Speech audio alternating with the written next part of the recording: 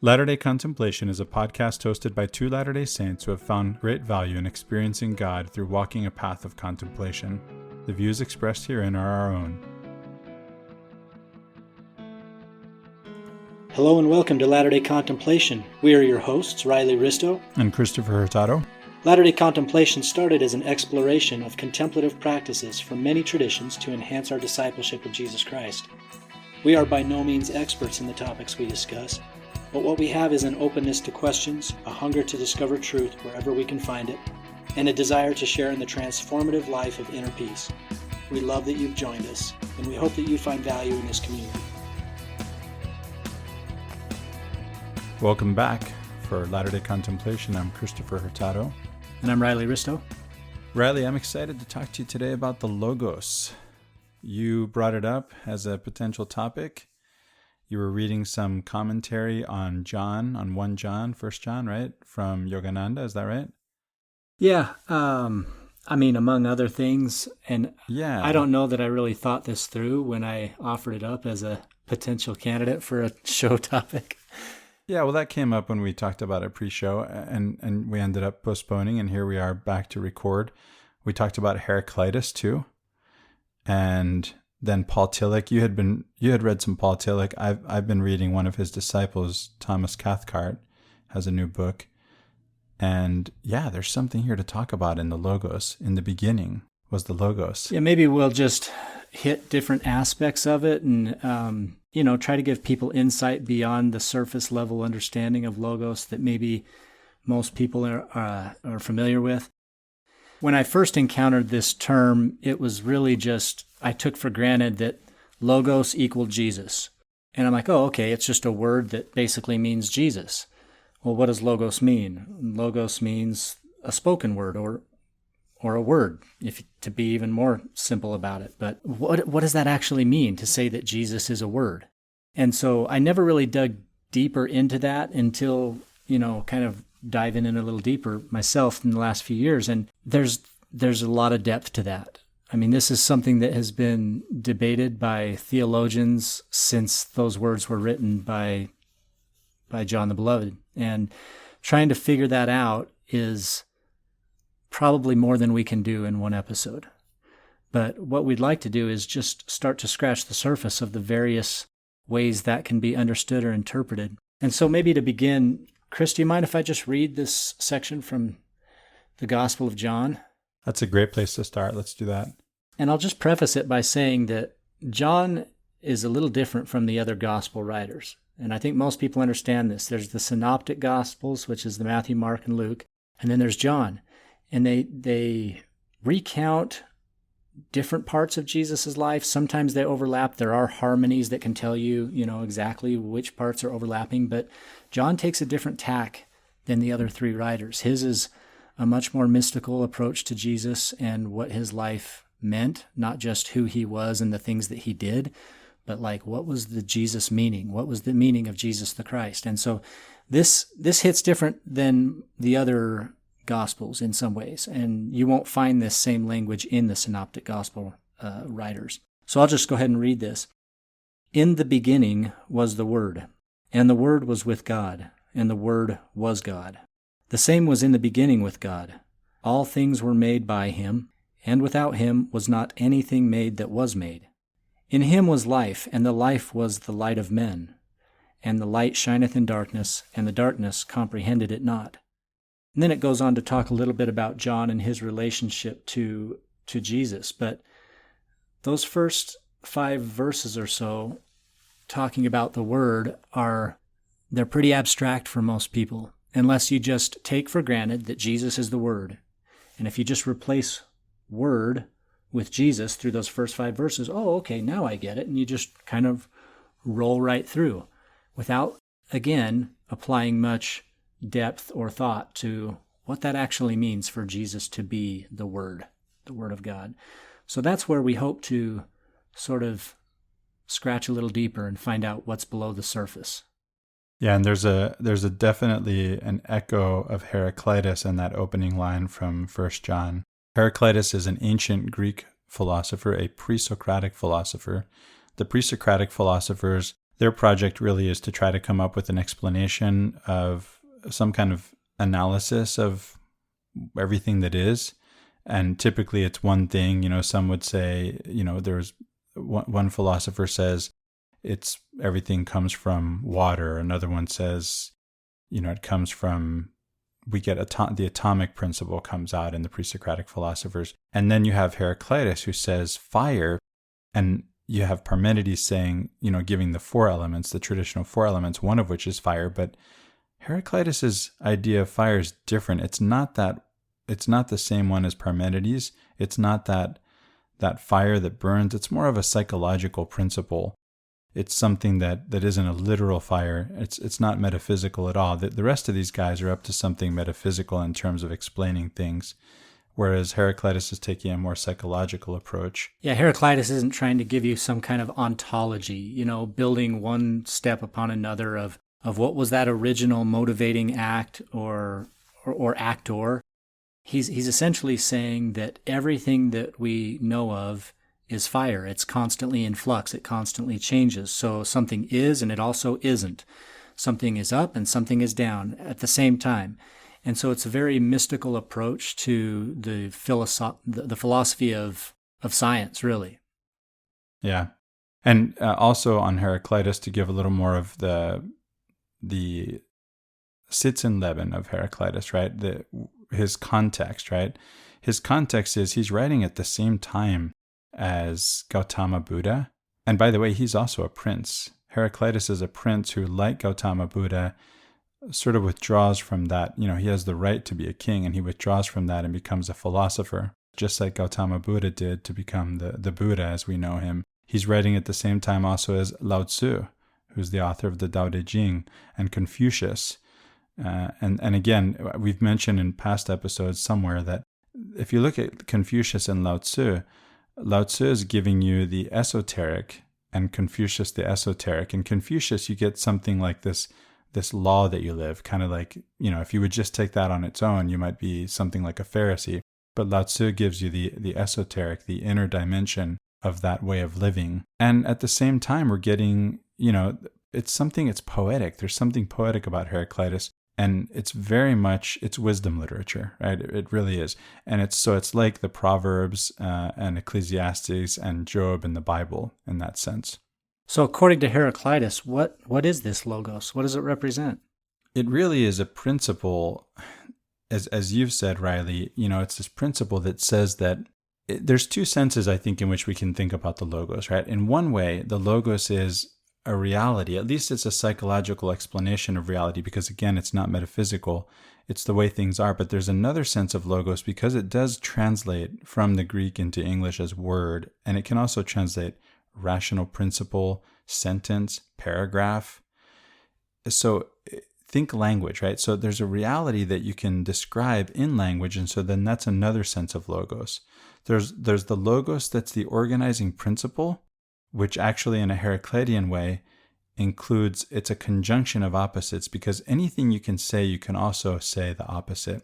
Heraclitus is famous for saying that you can never step into the same river twice.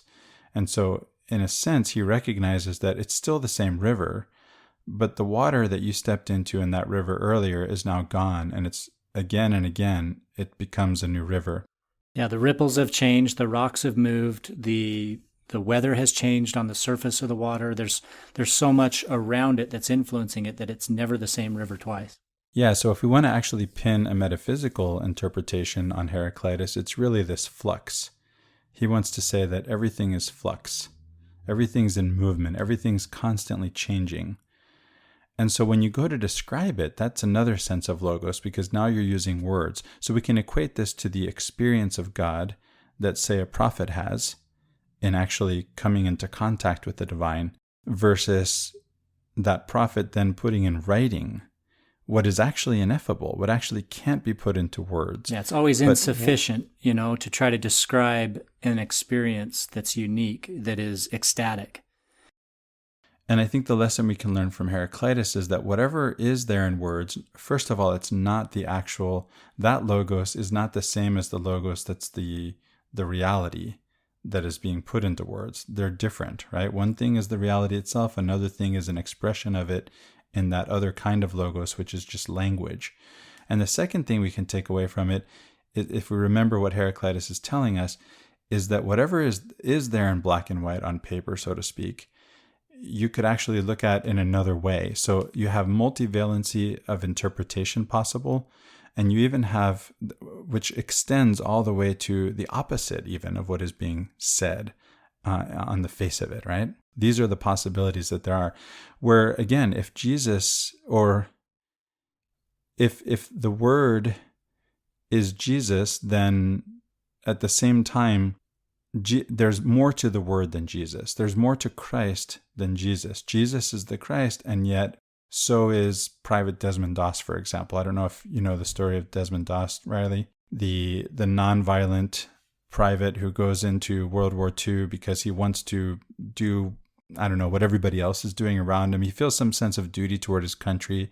There's this threat of Nazism, and yet he has this commitment to nonviolence born from his own Christianity and from his experience with violence when he was younger, and his own fear of the own potential of being harmful, of actually harming someone else. And so he goes into this, and when I'm watching this movie, it's called Hacksaw Ridge, which is the story of Private Desmond Doss, and I see Private Desmond Doss coming toward me, toward Hacksaw Ridge, carrying yet another wounded man that he's then going to lower down this ridge. I just can't help but see a Christ. And it's not Jesus, it's Desmond Doss. Right. And so what you're doing now is you're differentiating between the title ascribed to Jesus and Jesus the man. And I think in the application of this principle of the Logos, we sort of miss that. We miss that aspect of what it means to be the Christ and what it means to be the Logos. Yeah, if Jesus is the Christ and he's saying to me, come follow me, be ye therefore perfect, even as I am perfect. First he says, even as your Father in heaven. In the Book of Mormon we get, even as I, after his resurrection. The meaning, of course, we've talked about how Jesus is resurrected before he dies. Some say we mistake in talking about a resurrection after death when Jesus is resurrected before he dies. But it is after his earthly ministry that he says, be ye therefore perfect, even as I am perfect. And he's asking us to follow him.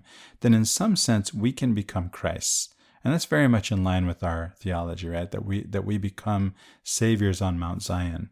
And Private Desmond Doss certainly was a savior. And I think that's at least part of what's trying to be communicated by John in using this principle of Logos to describe what Jesus was accomplishing or who he was as the Christ. So the principle of Logos is sort of an attempt to bridge the gap between where we are and where God is. Christ is that mediator of the at-one-ment, the unification of the creation with the Creator. If Jesus is that mediator, then he's helping us to bridge the gap between material, immaterial, spoken, ineffable, whatever other opposites you can think of, right?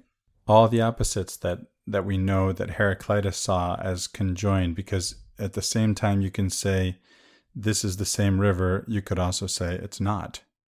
Yeah, you could look at a set of stairs and say, oh, those stairs go up until you're on top. And then you look at them and, oh, those stairs go down. They're the same set of stairs. Right. You know, I'm reminded of a headline that Shiloh Logan shared with me right before we got together to record this show, where Jeff Bezos donated however much money he donated. And on the one hand, there was a headline. There were two different headlines that Shiloh shared with me. One, he was praised for donating this much money. In another one, the same amount of money he donated, it was said that he was excoriated. I'm using my own words, but it's the same money. And some praise him and some criticize him for giving that. And it's all about perspective. It's all about perspective. Yeah. If you're on the top, the stairs go down. If you're on the bottom, the stairs go up. Yeah. So one of the things that Heraclitus said that sort of sums this up is he says, from the strain of binding opposites comes harmony or union. From the strain of binding opposites comes harmony. Yeah, and this is very much a Jungian, mysterium conjunctionis, mystery of conjunction idea. The idea, and it really is, it relates to the garden. It's going back to the garden. When we come out of the innocence of the garden, which is really a way of seeing everything as one, which is a very right-brained way of seeing the world, by the way, and that's accessible to us. I remember reading about someone who actually had an experience of really seeing the world that way after having had a stroke, and it changed everything. And I think this person has a TED Talk. I can't remember her name. Well, there is someone out there who had this experience, and the idea, and Karen Armstrong covers this too in her book, The Lost Art of Scripture, where the religious experience, the experience of the divine, which by the way isn't really separable from the experience of everything else in the world, all of it, is that. It's just that. It's that everything is one. And the left brain sees things more as separable.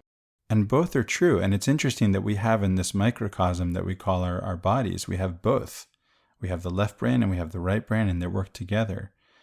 And they conjoin those opposites in some sense. And yet they also create this contradiction, which is what it means to live in duality. And so in this duality, we experience things as separate, when in reality, perhaps we can say they're not separate. And we're taught that in our religion that we need to see the opposite. We need to see bad to know good. Well, I don't think that they're necessarily that separable. You know what I mean? They're two sides of the same coin, and it really just depends. And we've talked about that, we've covered the Chinese farmer story. It's really hard for us in our own limited perspective to even know what's good ultimately, because whatever happens, we don't know where that's going to end up. You're onto something, because in this idea of opposites, everyone recognizes, at least they have experiential knowledge of what is pleasure and what is pain. But yet they also have the same experience that sometimes pain brings forth pleasure, and pleasure sometimes brings forth pain. Good and evil, hot and cold, and so forth. They're all relative terms relative to each other that help us to experience the full spectrum. And it's that full spectrum that encompasses the truth, not one side or the other.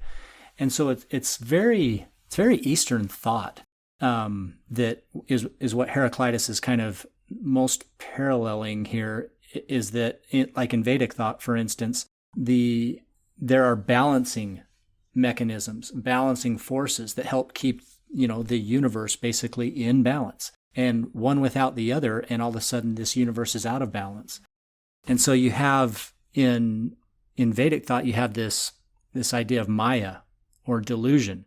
The delusion is that the opposites, or the separateness of the universe, creates aspects in and of themselves that encompass a certain reality, when truthfully those are not realities without the opposites. They only have any meaning in the context of the other. And so with this idea of logos basically being the creating power of the universe, it created its own opposite so that we would have the context to understand the whole. But it doesn't make a judgment about one or the other.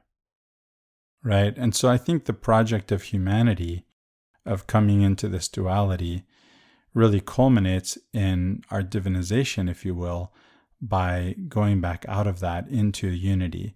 And so again, when you think of the cherubim and the flaming swords, like the threshold guardians of a Buddhist temple, usually dragons, one with the open mouth, one with the closed mouth, one representing the other which is the same thing as the Alpha and the Omega, the beginning and the end. When you go past those threshold guardians back into the garden, which is paradis, it's the Farsi word, Persian word for walled garden, and you find at the center of that tree in the Buddhist temple, you have the Buddha sitting under the tree. In the Genesis myth, you have the fruit of the tree of life, which is Jesus Christ, which is the love of God, which is this logos again. The project is to return to the garden and to actually see, to conjoin all these opposites and to see things as they are, which is the truth encompasses all things. Truth is round, I like to say. I just got done watching a movie with my kids called News of the World. Did you see this show with Tom Hanks? No, I haven't. It came out during the pandemic. It was released on streaming only, I think, but it's a Tom Hanks show. And he's come in contact with this white girl who was, her parents were settlers who'd moved in on some Indian territory. Her parents were killed. She was kept alive, adopted by the Indians. One of these stray white kid type stories, right? But it goes a little deeper than that, and hopefully it conveys a better message than maybe some of these that have been done in the past. But he's sort of quasi-adopted her, and in the course of getting to know her, he's trying to speak her Indian language, which is all she knows really, and he's speaking English, and they're trying to communicate back and forth. And so they're doing so with gestures to try to indicate what a word means. And at one point, she essentially describes the universe in terms of a circle. And he said, "Oh, I understand. Well, it's hard for me to relate to that. It's hard for my people to relate to that because we're very much straight line, direct, and there's very linear. Yes, exactly, rather than circular." And I think what he was doing was sort of describing quote unquote Western thought, even though he's talking to a Native American adoptee, right? Yeah, certainly since the Enlightenment, which I recently read from Michael Pollan in his book, This Is Your Mind on Plants, has a lot to do with caffeine. Caffeine brought about, first of all, before caffeine, what were people drinking all day? Because you couldn't drink the water, it wasn't safe. And the answer is wine. And so there's a little bit of a stupor thought there with that. You certainly don't get algebra from that. So with the Muslims drinking coffee, you get algebra and you get this whole very left brain approach, right? And so there's a blessing and a curse here, right? Again, there's two sides to this because you have the right brain and you have the left brain, and the discarded image, as C.S. Lewis calls it, of the medieval mind gives way to this caffeinated, left-brained, logical, straightforward mind. It's funny because earlier you mentioned Heraclitus as Eastern, I think you said, and mystical in some sense, right? I think you used both words. And he's at the birth of Western philosophy, and it's really not clear, actually, whether Western philosophy actually comes from the East. It seems that way. And at the same time, it's not clear. I know, for example, Peter Kingsley has a book, Ancient Philosophy, Mystery and Magic, where he argues, and this is published by Oxford, it was his PhD dissertation, and he goes on, he actually leaves scholarship for guruship and writes a few more books, and he becomes a mystic, and you can go watch him on YouTube, and he has some interesting things to say. But he's arguing that Parmenides and Empedocles were mystics, that they're telling a lie. It's interesting to read these guys, and it's poetry. You're talking about philosophy, same with Heraclitus's fragments that come down to us. They're all poetical, and they're very aphoristic. There's this talk of, we have a book of Heraclitus. Well, we don't have it. It's lost, right? All we have are these fragments. But I just don't know that how can we know that there's actually a book? I don't know that there really is a book. I see these fragments and they're very aphoristic, and they just make these prophetic declarations of this is the way things are. And they're it's just like reading the Tao Te Ching. They're these paradoxical statements of the nature of reality that are very much, again, conjoining opposites. The mystery of conjunction, of the marriage of heaven and earth, of the nature of the opposites being conjoined, and the nature of reality being one, where all of these things are one. And so it's not really the usual way we think, and it's very much a right-brained approach to the world. It's very much what mysticism or contemplation is about. That's why we're here talking about it, right? Because the left brain gives us, the scribes and the scriptures and the writing, and that's important. And yet there's something that's in between the lines, because the experience of the divine is ineffable. It's not all there. We've talked about using the scriptures as a jumping off point. The scriptures can take us into a mode of experiencing the reality that's not actually in the words. It's not actually in that logos, but it's in this other logos and this principle. I remember, looking at what you read from Yogananda, I remember you saying, and he wrote commentary on 1 John, right? So you read it, you told me about your experience of it. And when I read it, I noted very distinctly, I didn't mention this pre-show, that I didn't have the same experience you had. And yet I could see, I just knew from what you said, and I got it. I was like, okay, Riley had this experience of reading this that I'm not having, because I'm taking this analytical approach of let me understand what Riley read and why he's saying what he's saying. That's different from your devotional reading. isn't it? Well, yeah, and I guess what you're getting at is kind of the heart of this whole question. There's not much that's compelling about sort of the left brain metaphysical progression from one fact to another. That's essentially memorization. That's that straight line, linear Western thought approach to things.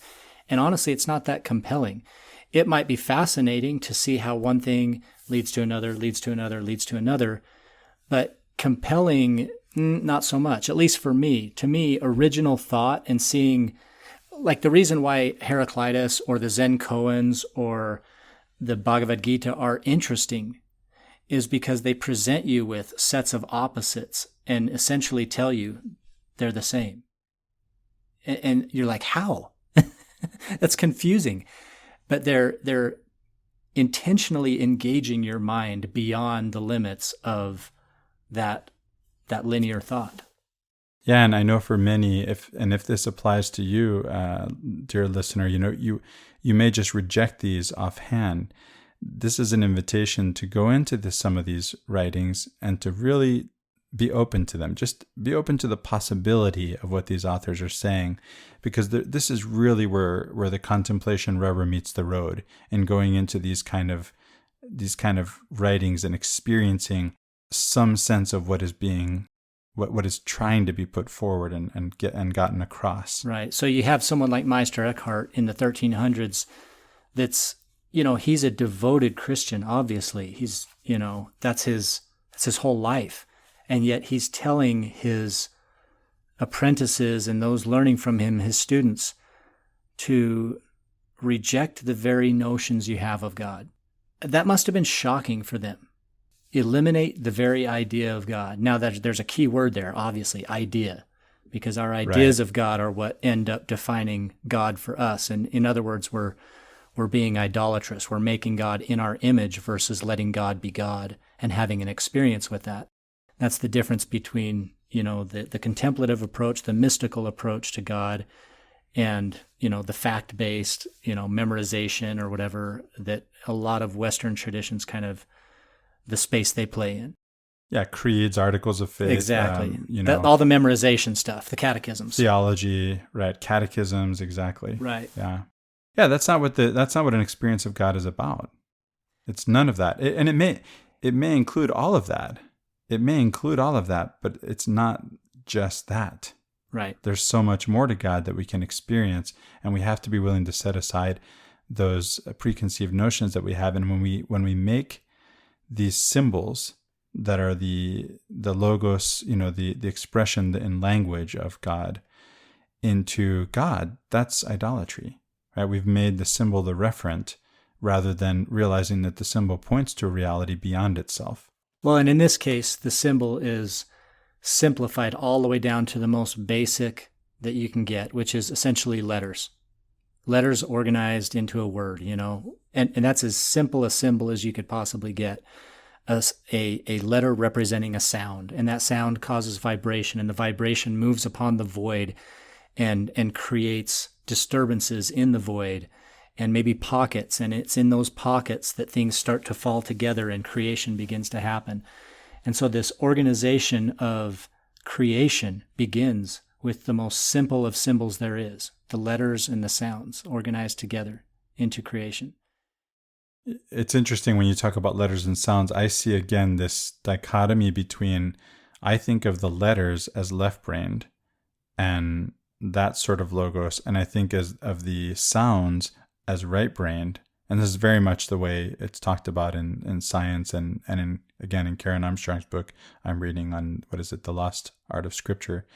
And so they're both in some sense logos, and yet they're different. One is, there's another book that was recommended to me by Phil McLemore, who we've had on the show. The Alphabet and the Goddess, I think, is the title. And so the alphabet is very much this linguistic idea, and the goddess is this other, more experiential reality of the divine, a manifestation of the divine that's experienced in a way that can't be put into this alphabetical, into this words, into this. It would just be trying to fit God in a box.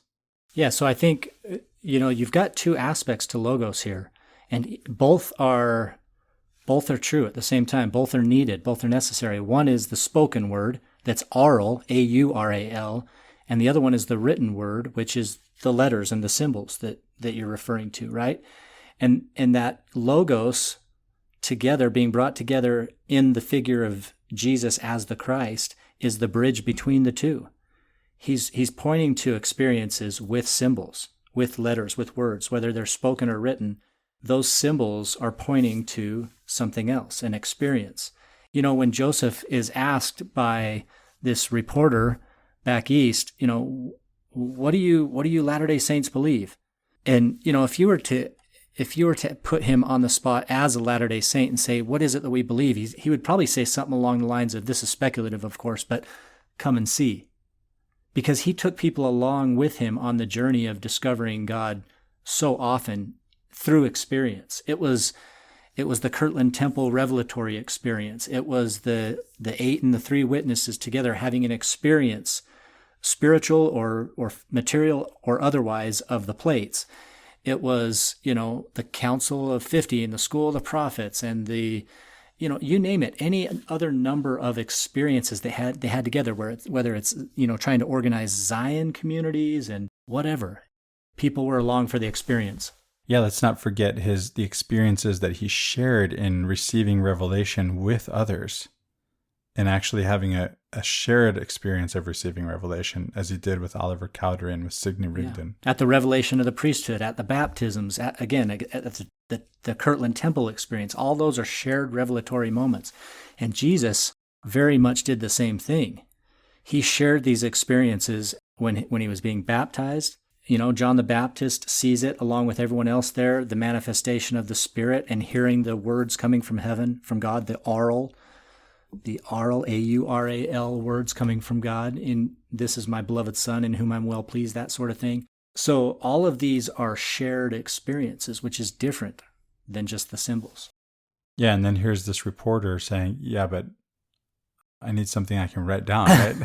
And that's what the prophet has to do, is put this in writing. And what does it turn into for us now in the 21st century? What do we look at the Articles of Faith as? I mean, it's a catechism. It's a catechism. It's a creed. It's no different. And what is it that Joseph's told at the first vision when he asked, which church should I join? Which of these churches should I join? What is he told? Join none of them, for all their creeds are an abomination to me. Their creeds, right? It's not the shared experiences, the transformative experiences that take place in these churches that are an abomination. It's the creeds. That are real. Totally. These are real experiences. They're experiences of the divine. They exist in all religions. It's the creeds. This was very much acknowledged by early Latter-day Saint leaders. You know, when they would speak of Muhammad, for instance, they recognized they were speaking about a prophet. You know, so you've got Parley Pratt or Orson Hyde or whomever. When they spoke about someone like Muhammad, they recognized this guy was having experiences, and the experiences were real. And they called him a prophet. They didn't do as later Latter-day Saint leaders do and say that they're inspired men. I mean, look, the answer is the same, right? But the verbiage matters. How you talk about it matters, right? If you say they're inspired men, I'm saying they're less than a prophet. If I'm saying they're a prophet, that means something else. And yet it's the same thing, because we're not talking about they're presidents of the church. They're prophets. They're men who are inspired, meaning the Spirit is breathed into them, the Spirit of God. And so again, these two logoi, inspired men, prophets, they collapse into each other in the experience of these men, which is an experience of the divine. And so in a sense, I think these early Latter-day Saints sort of understood the importance, relatively speaking, of experience as compared to the creeds, the catechisms, the things that we memorize and quote-unquote believe. And Jesus also bridged this gap. And I mentioned this before with some of the experiences he shared, but you have the loaves and the fishes miracle. You have the healings that he did. Probably most important of all, as an example of this, would be the Mount of Transfiguration, where he takes along Peter, James, and John with him into a transformation, a physical and spiritual transformation called a transfiguration. This was the height of ecstasy, where your physical body loses some of its faculty, and you are transported into the spiritual realm. Yeah, I like the way you equated the creeds and the catechisms with beliefs. And this is different from, a belief is different from an experience, and it's different from faith, because faith is born from experience. Beliefs are a sense. I choose to believe. That's all a belief is. I choose to believe. And so if there are these articles of faith, and if a prophet tells me these are our beliefs, okay, then I subscribe. I believe that too. But that's not an experience. I have to have an experience of the reality of that for it to be meaningful in the contemplative sense. And so that's what this conversation is about. Well, here's an example of what I think you're pointing at. In Moroni 7:37, it says that the key of ministering of angels comes by faith. Okay, that's something you can memorize as a little bit of, a little kernel of canon. That, you can believe it. You can believe it, right. And it can be part of your catechism and the things that you would affirm to be true. But it's meaningless unless you actually put it into effect. Bingo. And experience something, yeah. So it's the description in written word into the scriptures of something that has to be an experience. Now, you can believe it, you can believe that it happens, but until you've experienced it, you just haven't experienced it. Yeah. Wow, is there even anything else to say? I mean, again, to say anything, this is not an experience, right? It's just words. And so we try to put these experiences into words, and we get together and we turn on the microphone and we have this conversation every week, and we're really just pointing. We're trying to point beyond our words to an experience, something that we've experienced ourselves. We're not gurus, but we are seeking. And in seeking, as promised, we have found, and we've found through these experiences of the divine, peace. A peace that doesn't require anything to change around us. A peace that occurs in that inner citadel that the Stoics speak of, which is impregnable, which is within, which is where the kingdom of God is, where he dwells within me. I hope you don't mind me sharing this, Chris, but you told me about an experience you've had in your home in the past week where you had a leak in your attic and it caused some damage in the ceiling above your master bathroom, and how, normally this would be something that's very disconcerting, very stressful, and maybe affects how you go about your day.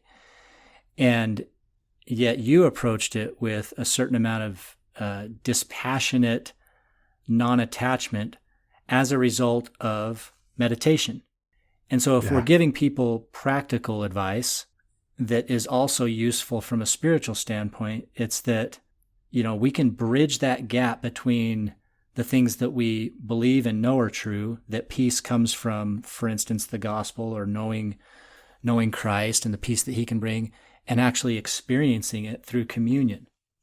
Yeah, it doesn't come from words and beliefs and from creeds and from catechisms and memorizing scriptures. It comes from what they all point to, which is this experience.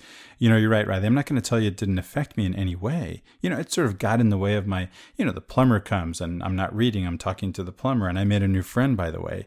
Great guy. But I was at peace. I learned over this last weekend, when my ceiling literally fell in, that the ceiling can fall in on you. And as long as you're not standing under it, you'll be okay if you're meditating. I felt such peace, and it's a peace that really does surpass understanding. It reminds me of my friend Sahar Khumsia's experience of having peace in Christ, en Christos, as John likes to say, right? While bombs are falling around here, and I'm not experiencing bombs, but the difference, the experience is not that different, right? When the ceiling caves in, and yet I'm at peace.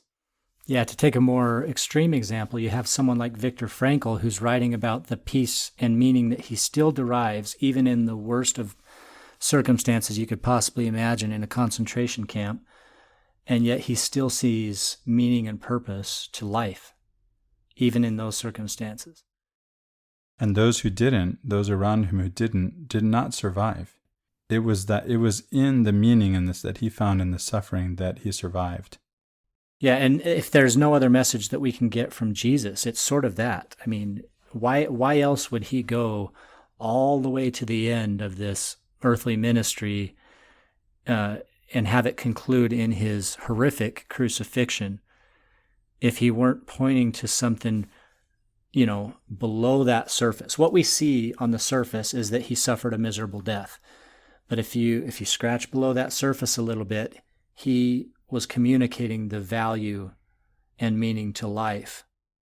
I'm reminded of a sermon or a lermon, or I don't know what to call them when Rob Bell gives them on YouTube. It's called An Introduction to Joy. It starts off like a comedy special for about an hour, and then it gradually, just ever so subtly, turns into a sermon on Ecclesiastes, right? Where the translation he gives is, I can't remember what the King James says, but it's meaningless, meaningless, meaningless. And the message is vanity, I think. Vanity is what the King James Bible says. And it's a description of our experience of life. And so what Rob Bell does is he takes you into this meaninglessness. And he says, if you're not cynical and you don't just dip your toe into it and say, oh yeah, that's bad. That's really bad. And what Rob Bell says is, he says, no, that's just cynical. That's just dipping your toe. And he says, it's worse than that. We're all going to die. And you go all the way into it. You come out the other side and there's joy. And it's not the same thing as pleasure and pain and happiness and unhappiness. No, this joy that he speaks of and that the writer is pointing to in Ecclesiastes, it takes in all of the pain. It incorporates all of it. It experiences it fully. And what comes out the other end is joy. It's a joy that doesn't negate any of these seeming opposites, but that conjoins them all. That calls to mind for me this quote from Paul Tillich, which I'd like to read because it really helps us dial in what this logos principle is all about. I'm going to read it slow so we can really understand. He who sacrifices the logos principle sacrifices the idea of a living God. And he who rejects the application of this principle to Jesus as the Christ rejects his character as Christ. So another summation of that is that, in other words, without an understanding of God's love, will, and power as a living and active force in the world, through the Logos in the Christ, and through our participation in the Logos with our reason, the Christian message becomes a lifeless and inconsequential set of doctrines which can be accepted or rejected without bearing on one's life. That last bit sounding a lot like the catechisms and creeds. Very much so. It's the same idea we've been expressing here. There's a couple things about this quote that really stuck out to me. One is where he says, application of this principle to Jesus as the Christ. I noticed that, as the Christ. An application of the principle as the Christ, which is not saying that Jesus is the Christ, full stop.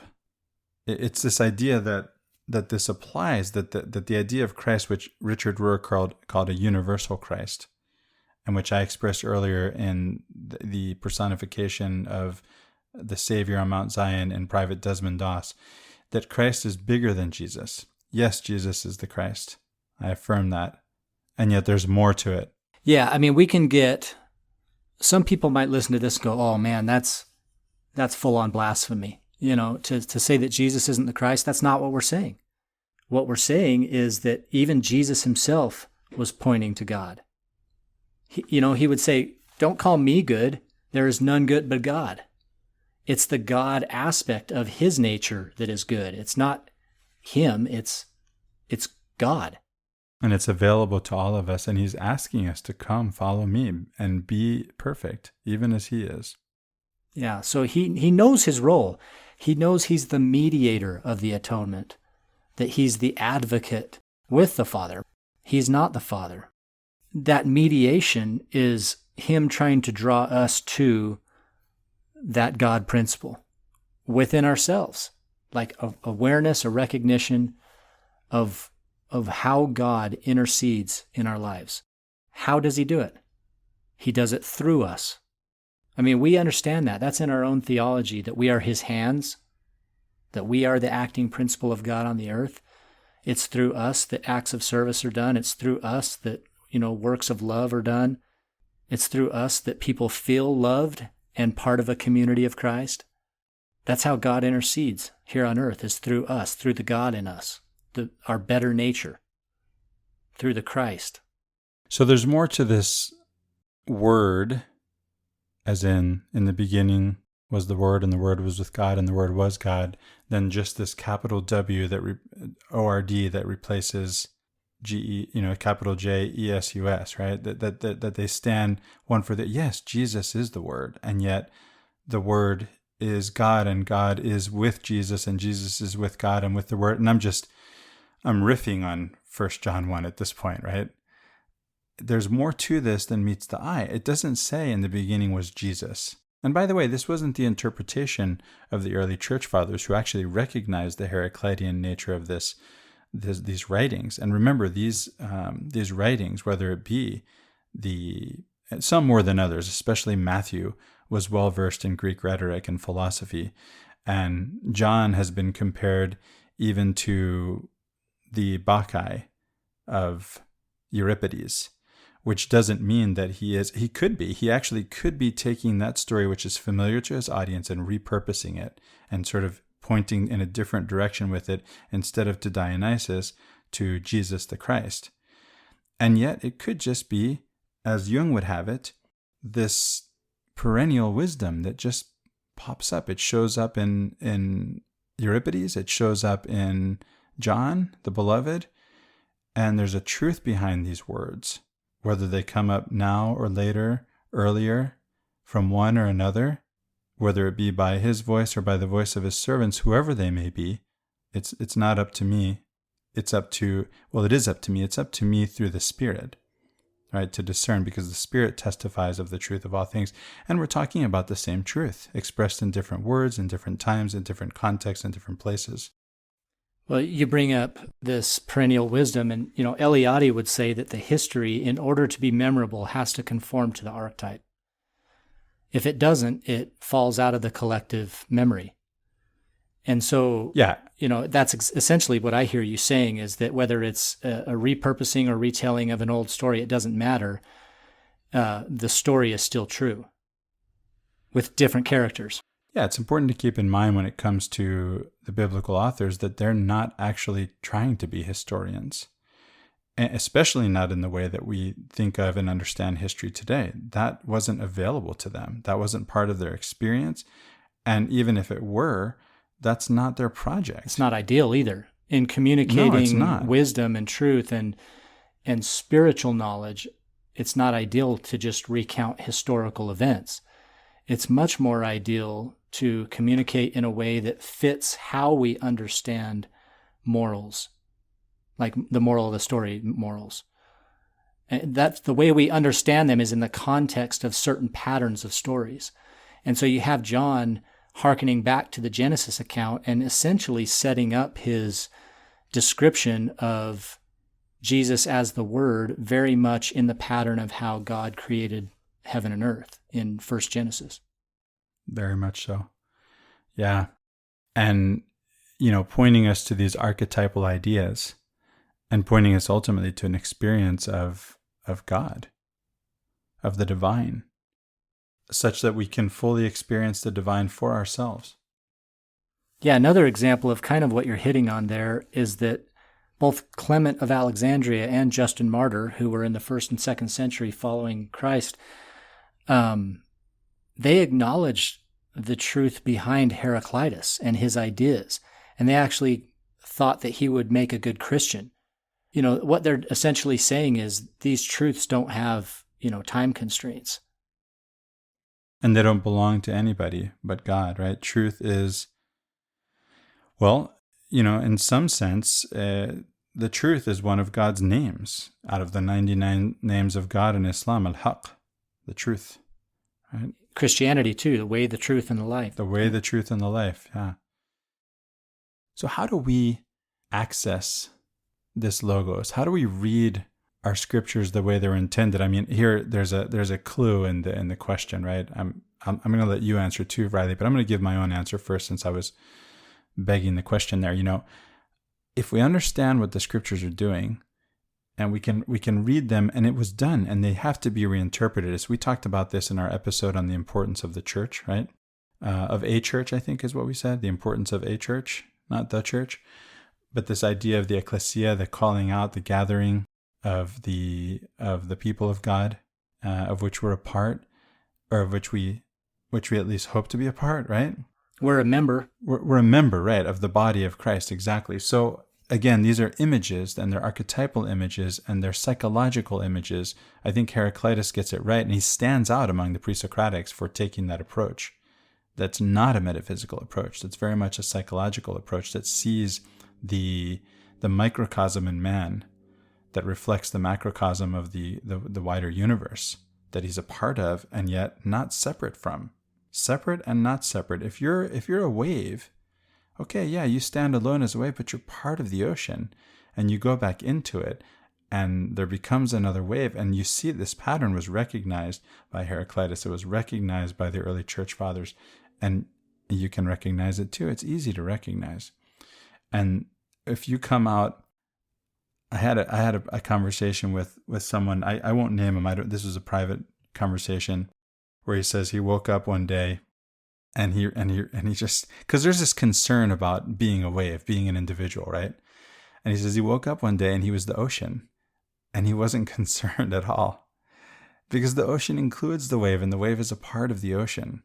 And so I think that's what this idea is pointing to this greater sense of what God is and who we are and our relationship to God, which is not separate.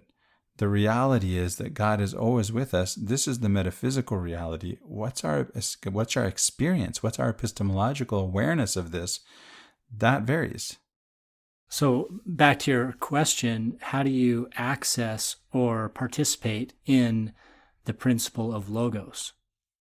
Yeah, so one thing I was getting to is, in reading these scriptures and understanding what they're doing, is that they're not telling history, they're telling stories.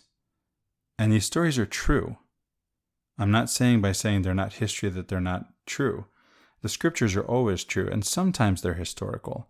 But if they're historical, it's probably incidental to the point that the scriptures are making, which is stories that teach us something about who we are, about who God is, and about our relationship to God. And so we have to go into them with the intention of finding that out.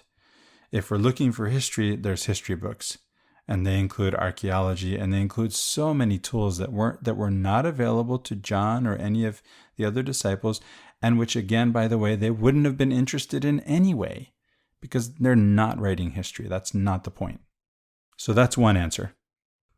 And I agree. I mean, I think what it does for me, when you ask the question, how do we participate and access this principle of logos, with all we've described about what Heraclitus thought it meant, what John seems to be communicating to us, Yogananda and others, is that there's a relationship between these opposites that is real and not real at the same time. And putting aside our judgments and attachments to outcomes as it relates to one or the other of these pairs of opposites is sort of the key to experiencing God in his purest essence or spirit. So essentially bridging that gap from the material, the scientific, the rational, and taking that and bridging the gap between that and the mystical, unknown, ineffable truth of the eternal, infinite nature of God.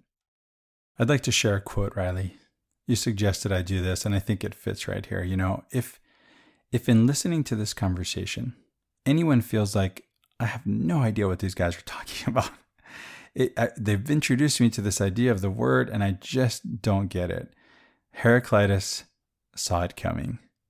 He's got you covered. He said, and this is the first fragment of Heraclitus, the word, and he does use, the translator uses a capital W. This is the logos. The logos proves those first hearing it as numb to understanding as the ones who have not heard.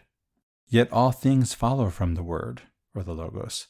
Some, blundering with what I set before you, try in vain with empty talk to separate the essence of things, and say how each thing truly is, and all the rest make no attempt. They no more see how they behave broad waking than remember clearly what they did asleep.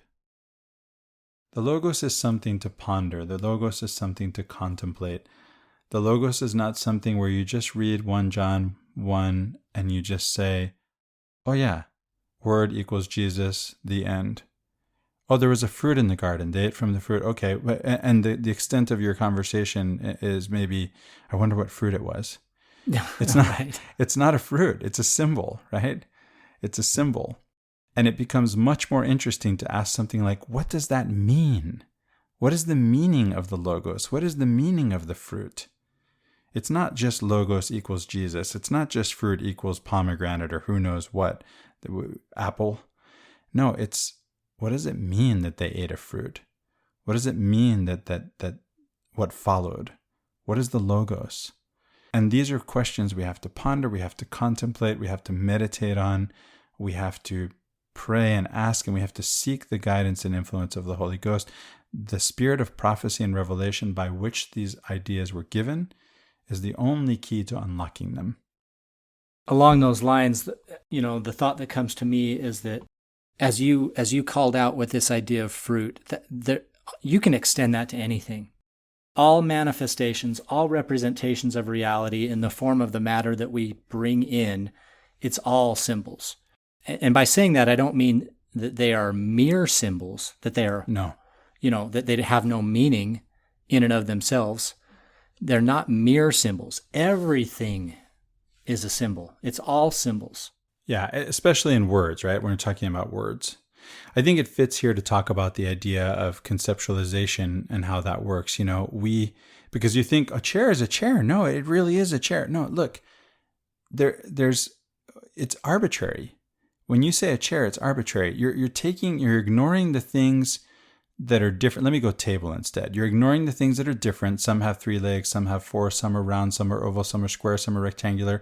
And you're just focusing on what's the same. Okay, they have legs, whether it's 3 or 4 or 6 or whatever. And they have a surface upon which you can act or place something or use the table in the way that a table is meant to be used. But you see, I'm using the word to define the thing. And you just pick these things out at random. And if I ask you how many things are in this room, you start to say, oh yeah, there's tables and chairs and whatnot, but where does one end and the other begin in reality?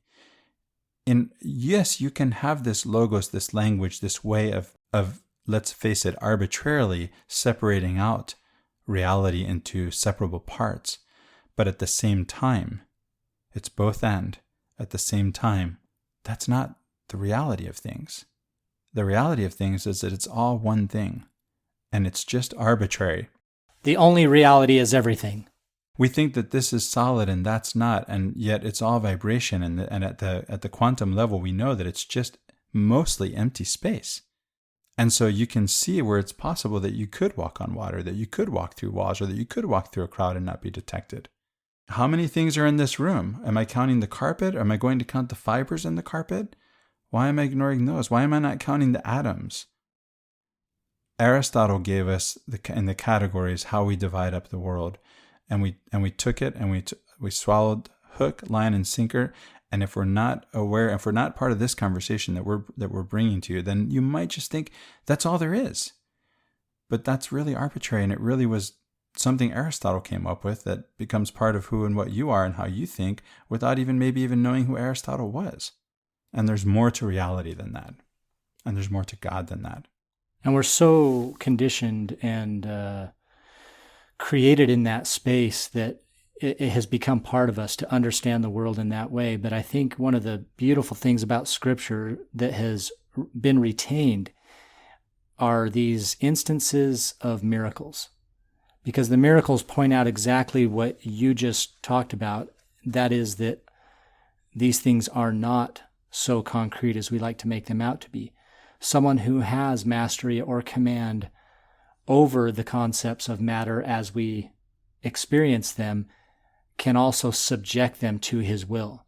And so you have someone like Jesus literally coaxing Peter out onto the water, and Peter believing that this can actually happen because Jesus has command of the elements.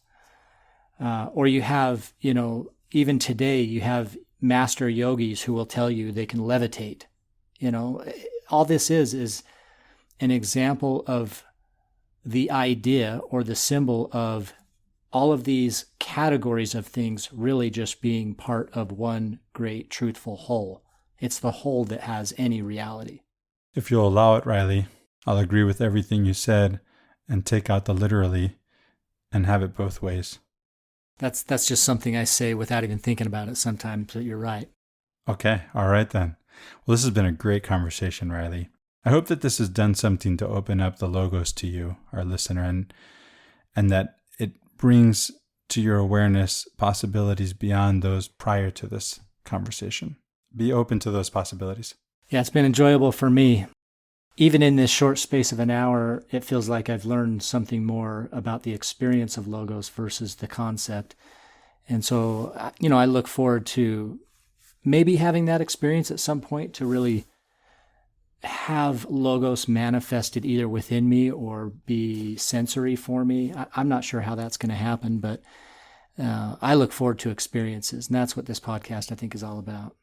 Yeah, I feel the same way, Riley. Thanks. Because in the end, we're just two talking heads here using words and pointed to something beyond the words. And we hope that you look to that reality beyond our words, to that reality, and have that experience of the divine. And I hope for the same for myself with you, Riley.